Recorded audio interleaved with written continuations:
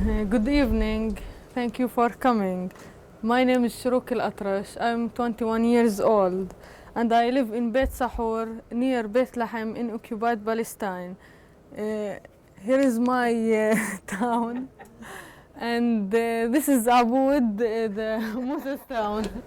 I just graduated from Bethlehem University from nursing school with a degree in nursing. The reason I chose a nursing major because my inspiration and desire to help people and care of them. I deeply appreciate the Tree of Life Educational Fund for being my tuition. Be able to attend the university has made my dream of becoming a nurse come true. I was born in 1993. The year of Oslo Peace Accord was signed between Israel and Palestine with the purpose of ending occupation in the West Bank and Gaza. But instead of doing that, Palestine was divided into three areas: Area A, Area B, and Area C.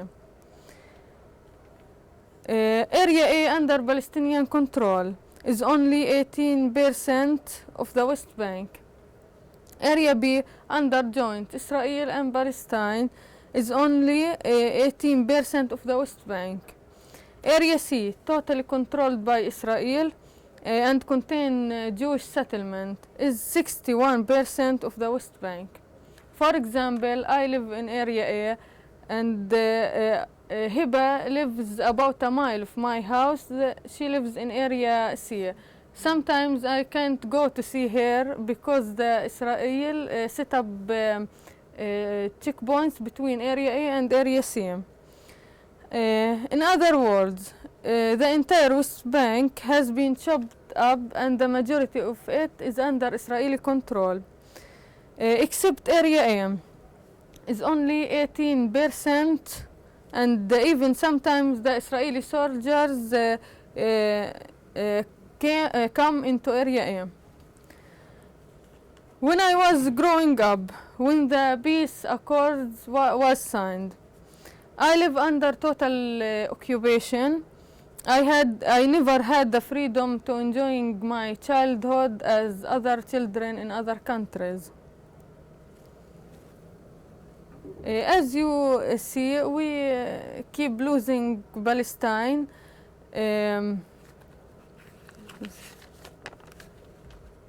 We keeping losing more Palestinian land, as you see.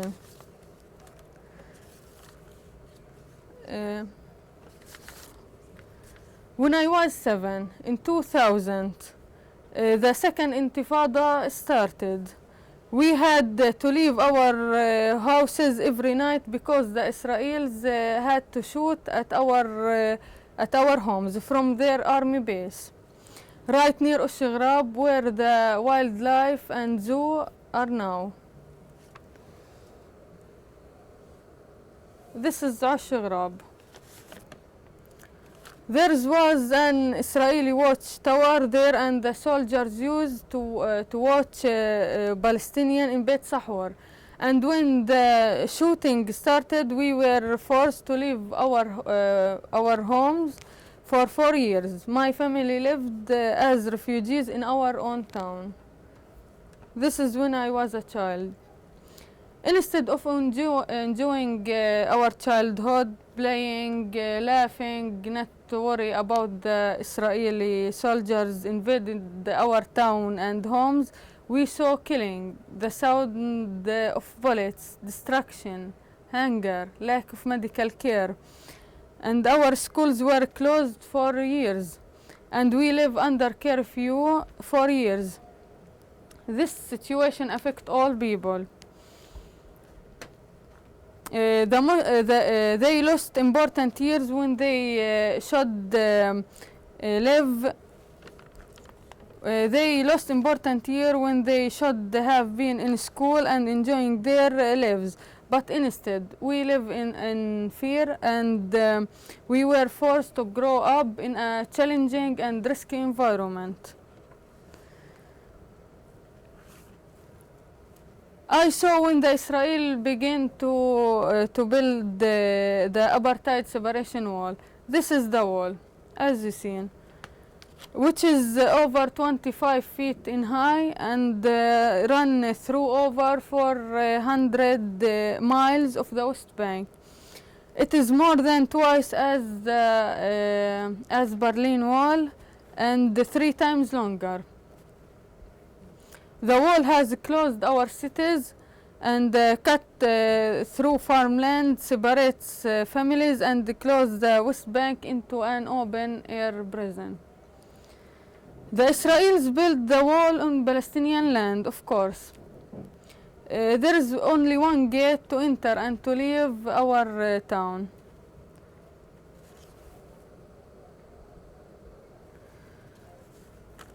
When I was going to university and school, I saw the building of many settlements on Palestinian land.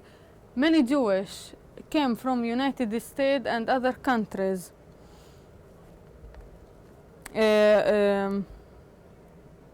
Where the Israeli give them the land and citizenship just because they are Jewish. They were given the right to steal, to kill, to expel Palestinians from their land. They take their homes and uproot their olive trees. The Israeli settlements continue to grow on stolen Palestinian land. For example, this is the green mounds I saw from my window when I was little girl. Now it is a Jewish settlement built on Palestinian stolen land, as you see. This is Abu Ghneim settlement. When you travel in the West Bank, you have to be aware of the bypass road the Israel built on our land. They can only used by Jewish people who have special license yellow plates. Palestinian car with a green license plate can be shot if they get caught using these bypass roads. As a young woman living under occupation, I have seen people killed, taken to jail, soldiers coming into people's home in the middle of the night. I had seen my father, my brother, my sister insulted by the Israeli soldiers. During my nursing training, it was difficult to get different hospitals, especially the Jerusalem hospitals, because we need special permit to get through the checkpoints and around the apartheid wall into East Jerusalem, the Palestinian section of the city.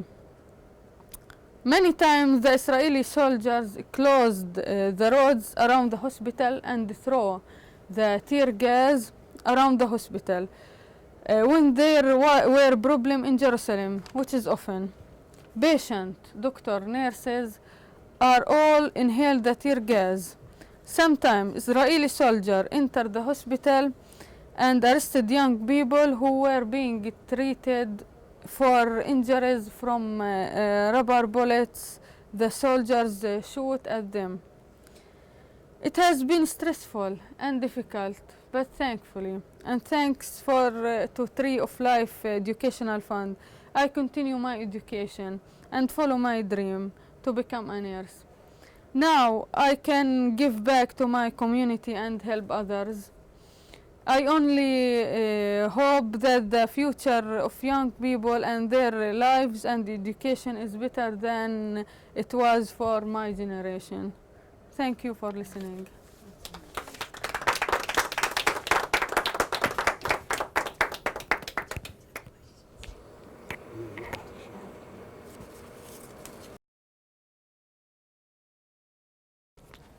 Okay. Yeah. Good evening, everybody. Thank you again for coming. My name is Heba Bannoura. I live in Beit Sahur, where Shurouq showed you in the picture, in occupied Palestine. I'm 21 years old. I'm a newly graduate midwife from Bethlehem University. I live in a small house with my parents. This is my family. I live with my parents and my grandfather, my grandmother. I have three sisters and one brother. My two old sisters are university graduates, and I'm the third one. Then I have one young sister that's studying physiotherapy in Bethlehem University also, and I have one brother. He's the youngest, and he's studying electricity in a vocational school. First of all, I want to thank the Tree of Life Educational Fund for helping me to study at the university and reaching my dream. Without this support and financial help, I would not be able to study and become a midwife. So I want to thank you again. Those are people from the Tree of Life. They came at my house. I hosted them in last March. My father is the breadwinner of our family, and he sacrificed everything to let all his children to seek better education so they can have better lives and future full of hope. However, there are so many obstacles to achieve his dream of help us get higher educations. First, we cannot predict the behavior of the Israeli occupation. We never know when there will be a closure of the town or when they will refuse permission to my father to work in an area they believe that it is theirs and that they have military control. Because of those circumstances beyond our control, we often have financial crises and problems. But the Tree of Life has helped me to continue my education and to achieve my dream of becoming a midwife. As we live under Israeli occupation, my family and I have faced a lot of problems from the occupier, and we have to deal with them on a daily basis. First, they took our land to build their own roads, which they call bypass roads, that can only be used by Jewish people. We are not allowed to use the roads or even to get near it. And we are not allowed to build a house near those roads. If we do so, the Israeli soldiers will take my father or my brother to the jail. Those are our lands. They build a road here, and also they build a bridge near our house. This is the road closer, and this is the bridge they build. We cannot ride on it. Just we can go through here. We cannot get into it. Second, most of the days the Israeli army sets up a checkpoints near our driveway. Here, they put the checkpoints here to check the IDs of the people. This prevents us from entering and leaving our house until they decide to move their checkpoint. I remember one day I was coming home with my father, and the soldiers told us we are not permitted to enter. My father said that this is our house and we want to go to our house. They just told us, go away, we will not allow you to go to your house. So we were left and went to our uncle's house. We slept there until they left.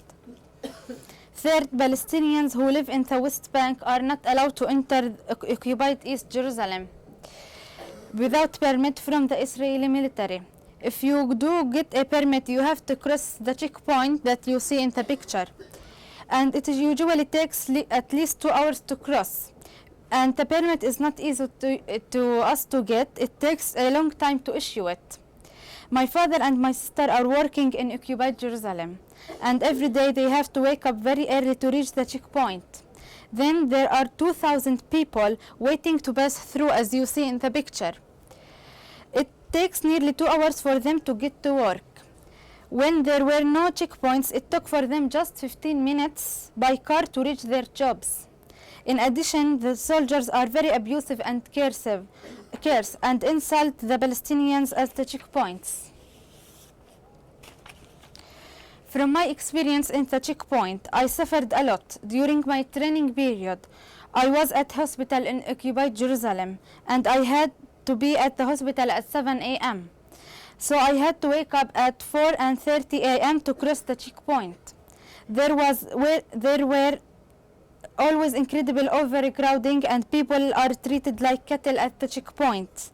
Therefore, I was always arriving late to the hospital because the Israeli soldiers inspect every single person, their clothes, their bags, and everything, and also they checking the permission. I saw all daily humiliations suffered by the Palestinian people at the checkpoints that made me very sad and upset. But in the end, after all this suffering and insults, the abusive treatment and having our rights violated for years and living under occupation, the Palestinian people still have hope for better future. Thank you for helping us to make our hopes and dreams come true. Thank you for inviting us here and listening to our stories. Thank you.